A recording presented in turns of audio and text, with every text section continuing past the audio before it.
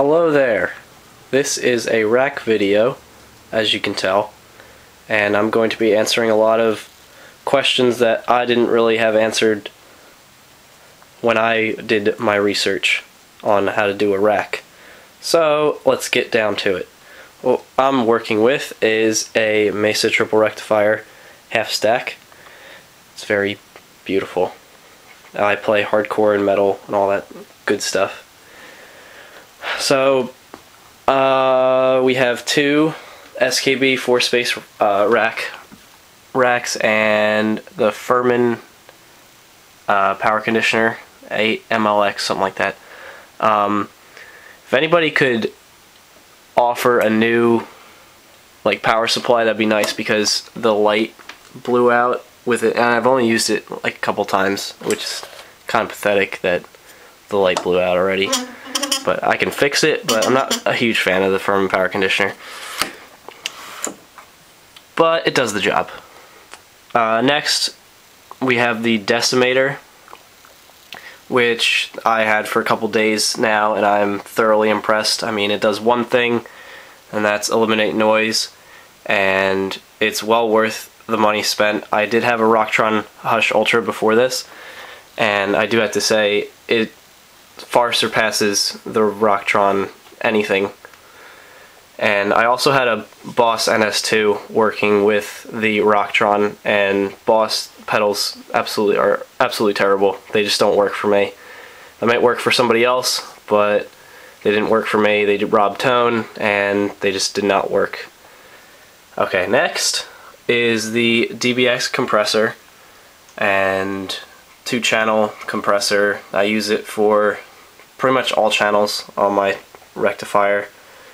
You're not really supposed to use it on the distorted channel because a distorted sound is already compressed, and compressing it more is just kind of overkill, but it just adds a little bit more of balls to my tone, I would say, and it just works really well for me.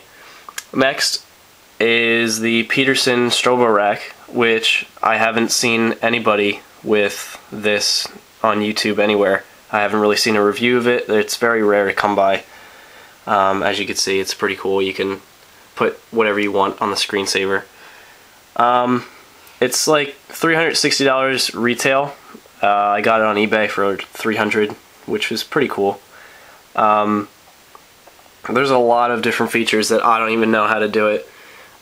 Still reading the manual, but it's very accurate. It keeps me in tune. It's very easy to use, and it just does what it's supposed to.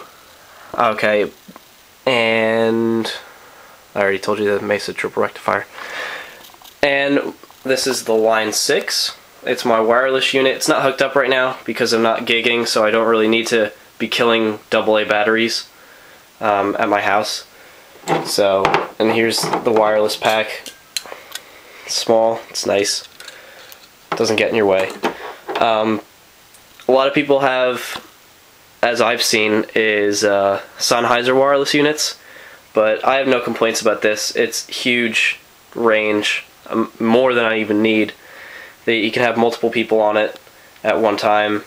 My only complaint is that I kind of think that the batteries run out too soon, but maybe that's just me.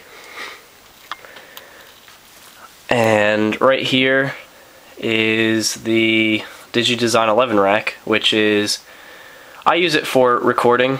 It's a good preamp. I mean, that's the preamp section. It's not really that much of a preamp, but it's also, I also use it for an amp modeler. I have Mark IV setting, Diesel VH4. I model a lot of different amps off of it, which it's pretty cool because let's just say that there's a problem with my triple rectifier at a show or something. These can be plugged into monitors, which is a lifesaver because I've recreated my tone on my amp through this thing, and it's pretty neat.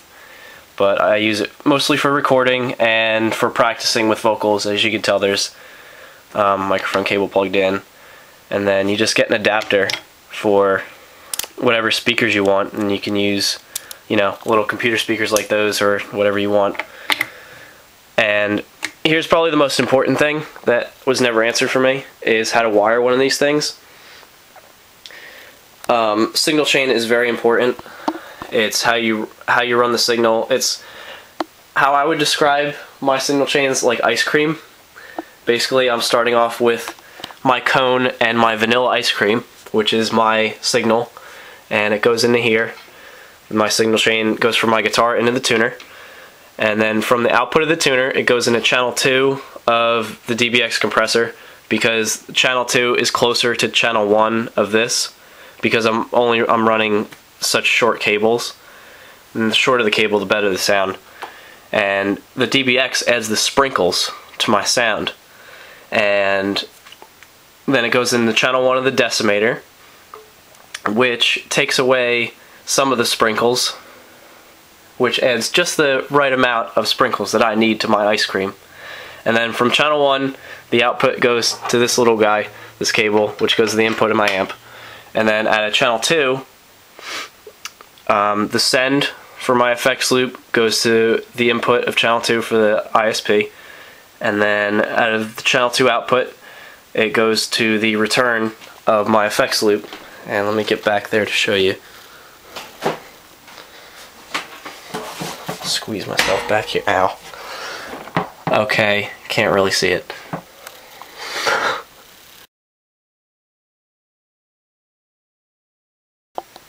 Okay, so I got my flashlight, and as you can see right there, that's the output of my tuner, which is running along there to the input of channel 2.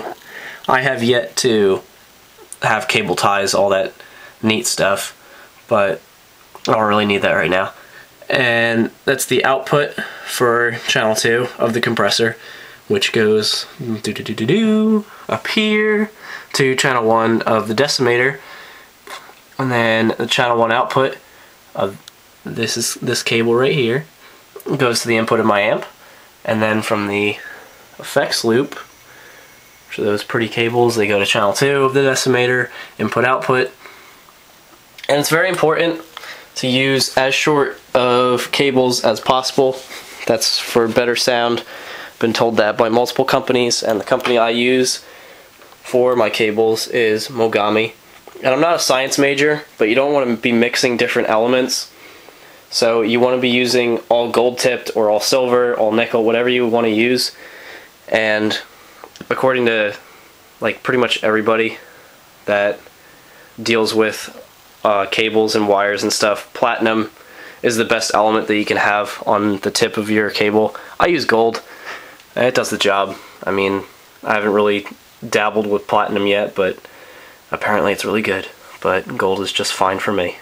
So if you have any questions, just put them in the comments down below.